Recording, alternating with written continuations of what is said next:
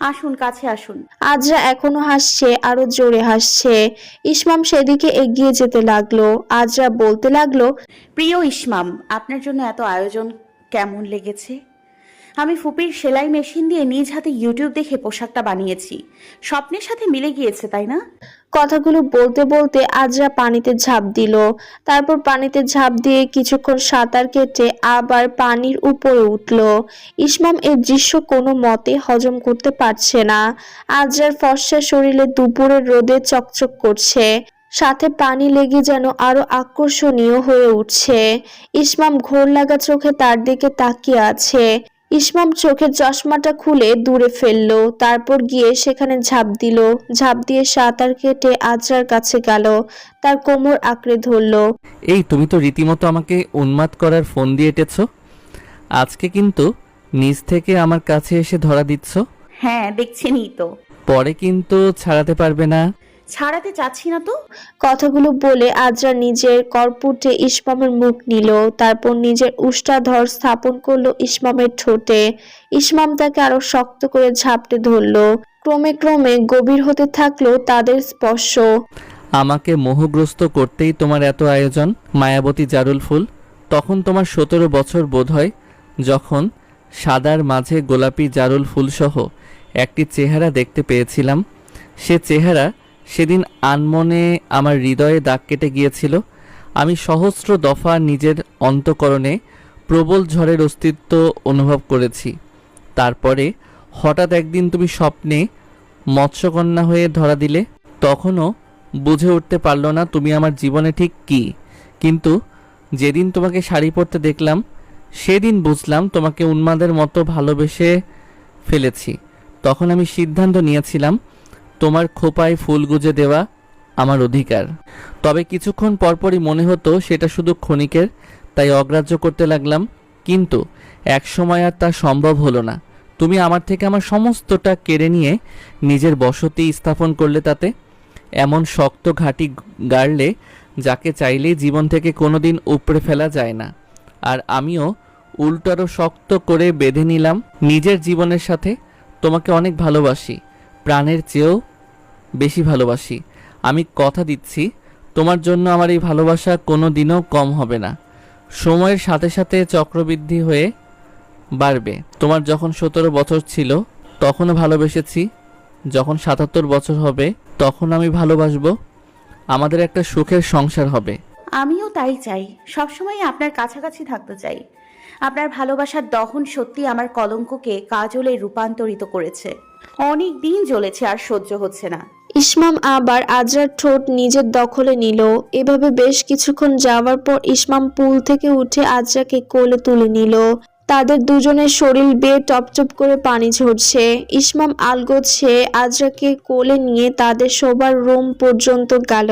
তাদের চলার পথে পানির চিহ্ন তাদের উপস্থিতি নির্দেশ করে। সারা রুম অন্ধকার, মাঝে মাঝে পর্দা উড়ে এসে কিছুটা আলো হচ্ছে। ইসমাম আস্তে করে আজরাকে বিছানায় শুয়ে দিল। আজরা এক দৃষ্টিতে ইসমামের দিকে তাকিয়ে আছে। ইসমাম মন্ত্রমুগ্ধের ন্যায় আজরার সমস্ত মুখে নিজের নজর ঘুরিয়ে ফিরিয়ে নিচ্ছে। ইসমাম আরো ঝুঁকে এসে আজরার কানের কাছে নিজের গরম নিঃশ্বাস ফেলতে লাগলো। লহ স্বরে বলল, অন্তরের সায়রে ভেসে আসা এক হৃদহরণীর সুবাস করিল তারা। তাহার উৎসের সন্ধান করিতে বিবাকী দিশেহারা, আমি আপন গৃহহারা। নাম কি দিব ওগো হৃদহরণী, এহেন আবেগের ভালোবাসা ছাড়া? আজরা ইসমামের দিকে তাকালো। তার যেন বিশ্বাস হতে চাইছে না। তার চোখ বিস্ময় বড় বড় হয়ে গেল। তার মানে সেই অশরীরী ভূত আপনি ছিলেন, কিন্তু আপনি যে অন্য রূপ থেকে। না, আমি তোমার পিছনে ছিলাম। তুমি যে নির্বোধের মতো আমাকে ভূত ভেবে বসবে তা কখনো ভাবতে পারিনি। আমি অন্ধকারে তোমাকে কথাটা বলেই নিজের রুমের দরজার সামনে গিয়েছিলাম। এমন ভাব করেছিলাম যেন তুমি বুঝতে না পারো সেটা আমি। আপনি দেখি ভারী দুষ্টু। আমাকে এভাবে বোকা বানিয়েছেন চিরকাল। একবার আমাকে এসে বললে কি হতো? ইসমাম চুপ করে রইল। তার চুল থেকে টপ টপ করে পানি এসে আজরার গায়ে পড়ল। আজরার নাক ফুলিয়ে বলল, অবশ্য আপনি তো বলতেন না। আপনি যে চাপা স্বভাবের, কিন্তু দেখুন আমি বলতে বাধ্য করেছি না। ইসমাম মাথা ঝাঁকিয়ে আজরার মুখে পানির ছিটা দিল। আজরা চোখ মুখ খিচে ফেলল। ইসমাম হেসে বলল, তুমি বলতে বাধ্য করেছো। আজারা আমি কি আমি আপনাকে অনেক ভালোবাসি। আমি আপনার আত্মার সাথে মিশে যেতে চাই। বলেছিলাম না শুধু তোমার অনুমতির প্রয়োজন। নিঃশ্বাস ভারী হতে হতে একজন আরেকজনের মত্ত হয়ে গেল। আজরা এখনো ঘুমাচ্ছে। ইসমামের ঘুম ভাঙতেই দেখলো আজরার মুখ। আজরা নিষ্পাপ বাচ্চাদের মতো ঠোঁট উল্টে ঘুমাচ্ছে। মনে হচ্ছে কত শান্তির ঘুম।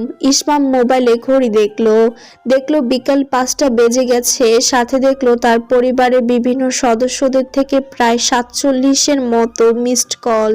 ইসমাম তার মায়ের ফোনে কল দিল।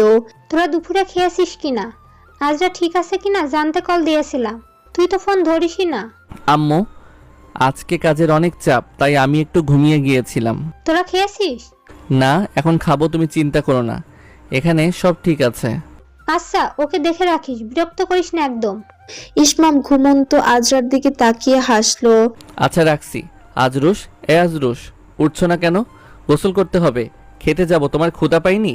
উঠো জলদি। আর একটু ঘুমোতে দিন, আমার অনেক ক্লান্ত লাগছে।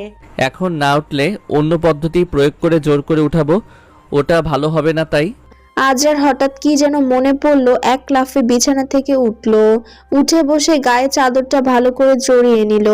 আপনি গোসলে যান, আমি আসছি। ইসমাম দুষ্টু হাসি হাসলো। আজরার দিকে ঝুঁকে এসে বলল, একসাথে গোসল করলে কেমন হয়? না, আমি আপনার সাথে গোসল করব না। তোমাকে তো আমার সাথে গোসল করতেই হবে। ইসমাম আজরাকে কোলে তুলে নিয়ে গেল। গোসল শেষে এসে ইসমাম আজরার চুল শুকিয়ে দিচ্ছে। কোলে করে এনে আজরাকে আবার শুয়ে দিল। আজরা শুয়ে রইল, শান্ত দৃষ্টি নিক্ষেপ করে ইসমামকে দেখছে। ইসমাম খাবার গরম করে নিয়ে এলো। তুমি কি হাত দিয়ে খাবে না খাইয়ে দিব? খাইয়ে দিন ইসমাম, আপনার হাতে অনেক দিন হচ্ছে খাই না। ইসমাম আজরাকে খাইয়ে দিল। শরীর কি বেশি ক্লান্ত লাগছে? আজরা মিষ্টি করে হাসলো। চোখ খাদে নামিয়ে হাত কচলাতে কচলাতে বলল, না ঠিক আছে, আপনার না কালকে পরীক্ষা, গিয়ে পড়তে বসুন, আমি আরো কিছুক্ষণ ঘুমাবো। ইসমাম আজরার কপালে একটা চুমু দিয়ে বলল, পরীক্ষা ভালোই হবে। আজরা কেমন যেন লজ্জায় মিয়ে গেল। তারপর চাদরটা দিয়ে মুখ ঢেকে পাশ ফিরে শুয়ে পড়ল। ইসমাম তার লজ্জার কারণ বুঝতে পেরে অধর কামড়ে হাসলো। আজকে টিউশনের পর বেশ ক্লান্ত প্রিয়া। জীবনটা কেমন যেন স্বাদবর্ণ গন্ধহীন হয়ে গিয়েছে। কোনো আশা নেই, কোনো আকাঙ্ক্ষা নেই, চাওয়া পাওয়া নেই, শুধু জীবন চলছে, একদিকে চলছে তো চলছে। রাত প্রায় 8:30টার মতো বাজে। প্রিয়া ঘর্মাক্ত শরীর নিয়ে বাইরে থেকে এসেছে। নিচে দারোয়ানকে অনেক কষ্ট করে ভুংভাং বুঝিয়ে তারপর উপরে এসেছে। আজকে বাড়ি ফিরতে বেশ দেরি হয়ে গিয়েছে। কিছু দরকারি জিনিস কেনা যে অতি প্রয়োজনীয় হয়ে পড়েছিল। কোনো রকমে গোসল করতে ঢুকলো। খুব ক্লান্ত লাগছে। তাড়াতাড়ি গোসলটা সেরে বেরিয়ে সোজা বিছানায়। ঘুমের মধ্যে আবছা আবছা শুনতে পেল তার এক বান্ধবী ডাকছে। রুমে সে ছাড়া আরো 3জন মেয়ে থাকে, 2জন সিনিয়র আর 2জন জুনিয়র। জুনিয়র দুজনে একজনের জন্মদিন আজকে, সেই উপলক্ষে লুকিয়ে বিরিয়ানি রান্না করা হয়েছে, সেটা খেতেই প্রিয়াকে ডাকছে। প্রিয়ার পেটে প্রচন্ড ক্ষুধা। আজকে দুপুরে কিছু খাওয়া হয়নি কারণ টাকা ছিল না। কিছু যে কিনে খাবে তাও না। মাসের শেষ, হাতে একদম টাকা ছিল না। তবে দুর্ভাগ্যবশত আজকে এক ছাত্রের থেকে জমা টাকা পেয়েছে। বেচারাও তার মতন অসহায়। শেষমেশ আজকে 6,000 টাকা দিয়েছে। প্রিয়া সেখান থেকে কিছু খরচ করেছে আর কিছু নিজের কাছে রেখেছে। বর্তমানে তার কাছে 3,975 টাকা আছে। ওইসবই হিসাব করছে অবচেতন মনে। তার বান্ধবী তাকে টেনে তুলল। প্রিয়া ঘুম ঘুম চোখে ঢুলছে, ঠিকমতো তাকাতেও পারছে না। তার বান্ধবী বিষয়টা বুঝতে পেরে তাকে খাইয়ে দিতে লাগলো। প্রিয়া ঘুমের মধ্যে খাচ্ছে। হঠাৎই মস্তিষ্ক জাগ্রত হলো, কিন্তু তাও চোখ খুলল না। আবার ঘুমের দেশে তলিয়ে গেল। সময় তখন প্রায় 10:30 বা তার একটু বেশি কম হতেও পারে। তাদের দরজায় কড়া নাড়ল কেউ। একজন গিয়ে দরজা খুলতে হল সুপারের ডাক পড়ল।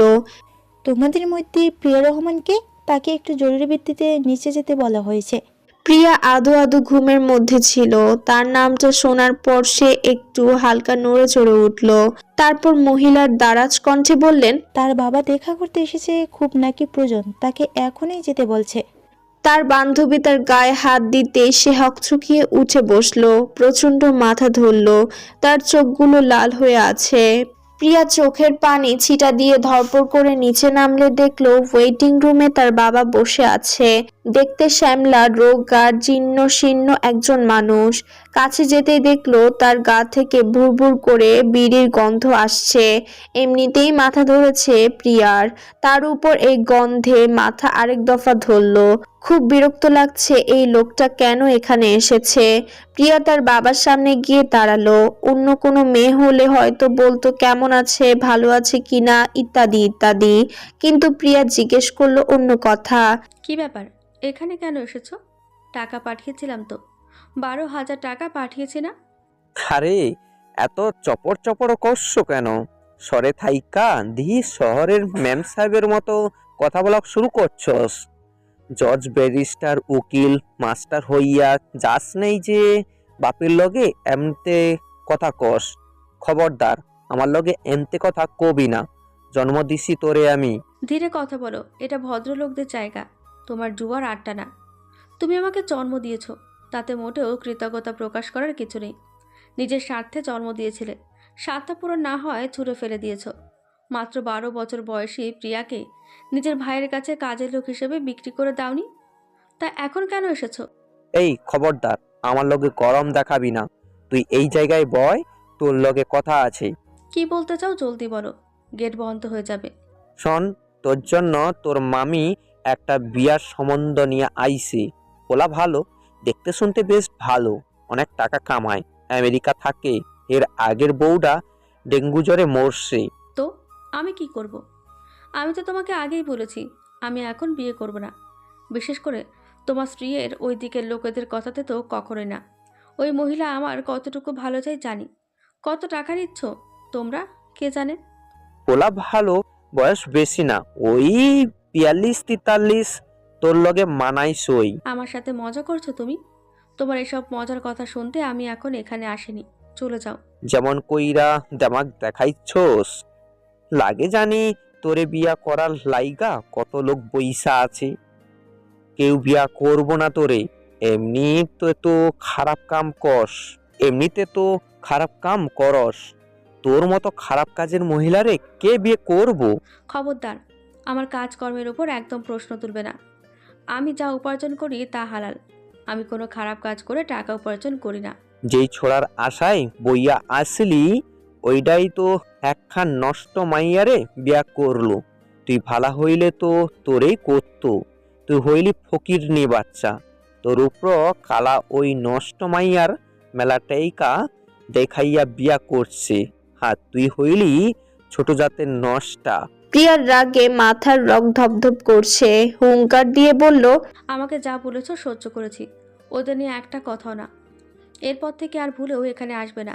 বিশেষ করে কোনো বিয়ের সম্মত নিয়ে তো ভুলেও না। দারোয়ান চাচা, এই লোককে বের করুন।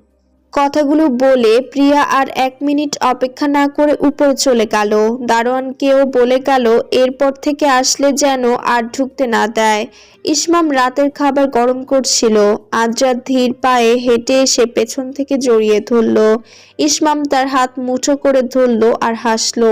কি ব্যাপার, আজকে বড় ভালোবাসা হচ্ছে যে? ভালোবাসার প্রকাশ হচ্ছে বলুন। হাফ মেন্টালকে তো কবেই ভালোবাসা হয়ে গিয়েছে। বাব্বা, ভালো কথা শিখেছো। এখন চলো, খেতে যাবে। এভাবে তোমার দাঁড়িয়ে থাকা ঠিক না। ইসমাম আজরাকে কোলে তুলে নিল। রুম পর্যন্ত গেল। ইসমামের চোখে চশমা ছিল না। আজরা হঠাৎ তার চোখ দুটো খেয়াল করলো। চোখ দুটো যেন কেমন চেনা মনে হচ্ছে, সেই চেনা চোখগুলোর মতো। আজরা হঠাৎ ইসমামের চোখের কোণায় হাত রাখে। আপনাকে একটা কথা বলবো, বললে রাগ করবেন না তো? না, তোমার সাথে রাগ করে থাকতে পারবো না। আপনার চোখগুলো দেখছি ঠিক সেই ছেলেটার চোখের মতো যে আমাকে সেদিন স্কুল বুলিংয়ের হাত থেকে বাঁচিয়েছিল। আমার চোখ আমি ছাড়া অন্য কারো মতন লাগবে কেন? আজরা বড় আশ্চর্যান্বিত হলো। আপনি মানে? ইসমাম সোফায় বসে আজরার মাথা নিজের বাহুতে নিল। ইসমাম আজরার দিকে সরাসরি দৃষ্টি নিক্ষেপ করে তাকালো। দেখো তো, তোমার অতি চেনা চোখগুলো কি আমার ছিল না?